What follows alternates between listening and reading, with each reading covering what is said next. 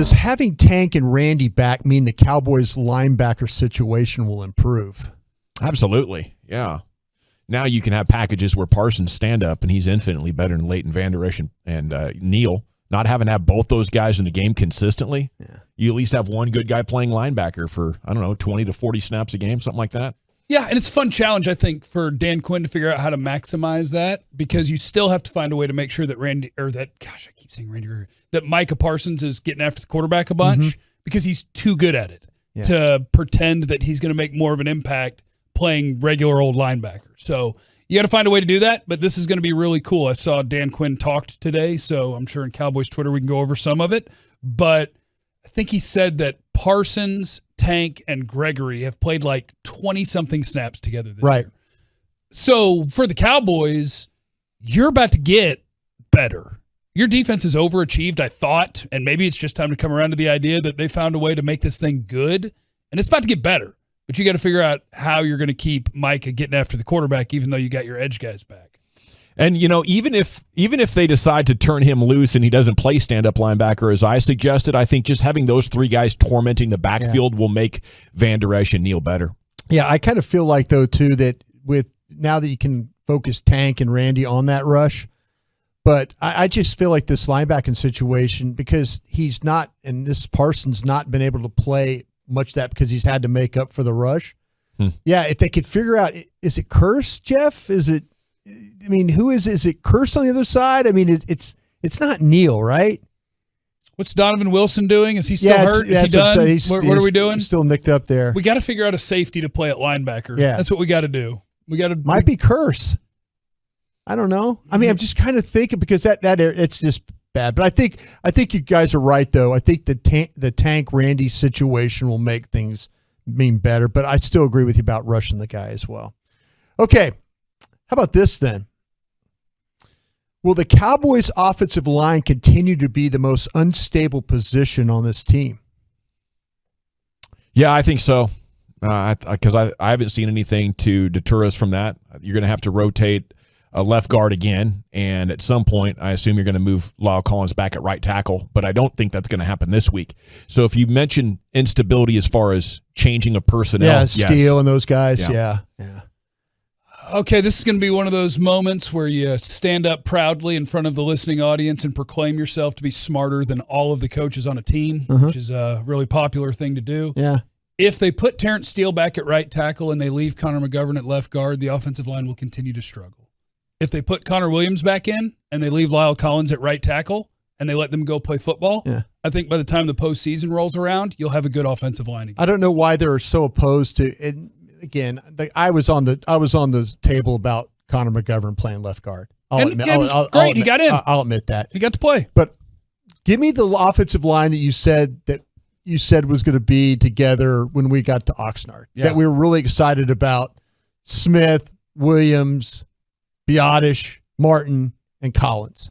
Let me see that offensive line play one time together, please. And maybe things will stabilize like you're talking about. But if they keep moving this thing around, and I think Connor McGovern's clearly an NFL fullback. It's what he's destined for. He's a fullback. That's what showed McGovern good is. instincts. Yep. Looked like a natural to me. Yep. I like that. But I think that if they keep messing this thing around, it's going to continue to be the most unstable position they got. Okay. How about this one, guys? It will be the Cowboys' pass rush that carries them the remainder of the season and beyond. I refuse. For the next couple weeks, maybe. Yeah. I still. If they do, they're not going to win. They're not going to win what we want them to win, right? Right. If that's what's best. We need this offense to carry the team and the pass rush to be the reason they can win in the playoffs finally. Yep, I agree with that. This team, if you want to win, and if you want to win a postseason game, and you want to try to win more games than that, then you will have to be carried by your passing offense. That is what you will have to be carried by. The football team's kind of winning like the football team, like that you can win some games, right? You're scrapping it out, you're slugfesting, it's ugly as hell, and you kicked a game-winning field goal at the end. Yeah, Washington's not a threat to win anything. Washington's a threat to sneak into the playoffs to get mollywopped by somebody who throws the ball around really well. That's what's going to carry this team. That's where your resources are. That's where your money is. Your money is at your quarterback, your wide receivers, your offensive line, and your running back. So that's got to carry you. If you can get really good play and a really good pass rush, and you're carried by who you're supposed to be carried by, Super Bowl. I kind of feel like, though, they're going to need this pass rush. For sure. I kind of feel. Yeah. I feel like that it might. If we continue to have the problems on the offensive line, right, and it's Kellen's still kind of trying to figure out some things there, and they're not really doing a lot of great things on offense.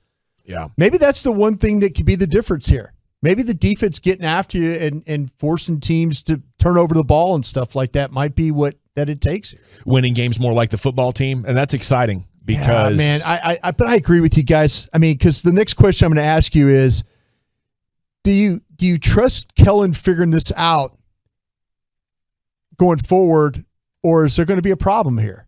I do, because I think he's going to obsess over it. I think this stretch is embarrassing for him. I think he holds himself in very high regard, and when people like that who are hard workers have that realization, I think they find solutions. So I do have faith in Kellen Moore, and I think it's awesome the defense is that good because they're going to buy him some time.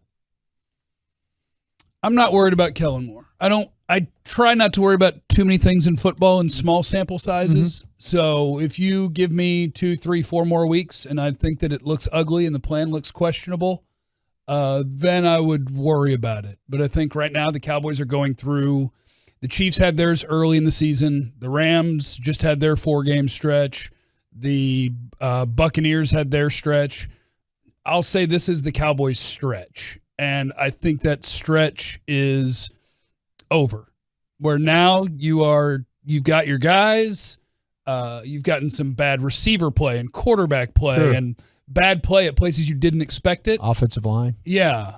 I will say they've had their rough patch, and they're about to start playing again. Do you worry about him? You think his struggles are more quarterback related?